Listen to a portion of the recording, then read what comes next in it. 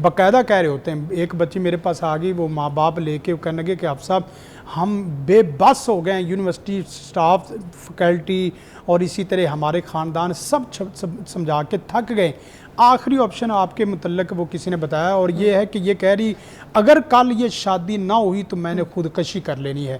تو ایسے لوگوں کو ایک دعا پڑھنی چاہیے اور بچوں کو سکھانی چاہیے, لا الہ الا اللہ وحدہ لا شریک لہ الملک و لہ الحمد یحیی و یمیت وہو علی کل شیء قدیر بھی, یہ بھی. اور آج کے دور میں کہتا ہوں کہ یہ دنیا میں کوئی ماں نہیں ہے, کوئی باپ نہیں ہے جو اپنے بچوں کو گھر سے نکالتے وقت یہ دعا نہ پڑھتا ہو, اللہم اغفر ذنبا وطہر قلبا وحسن فرجا. اے اللہ اس بیٹے کو بیٹی کو یونیورسٹی کالج اور جاب میں بھیجنے کے لیے میں تیرے سپرد کرتی ہوں. اللہم استودعکم اللہ فی دینکم و ایمانکم و خاتم اعمالکم. اے اللہ اس کے گناہوں کو جڑوں سے ختم کر دے, اس کے دل کو گناہوں سے پاک کر دے, اور اس کے کردار کو قلعہ نما ایسا حصار عطا فرما کہ دنیا میں کوئی میری آنکھ اس کو دیکھ نہ سکے. بہت خوبصورت. ایک بریک لیتے ہیں, بریک کے بعد ہم آپ کو دوبارہ جوائن کرتے ہیں. دیکھتے رہیے مارننگ وتھ فیضا.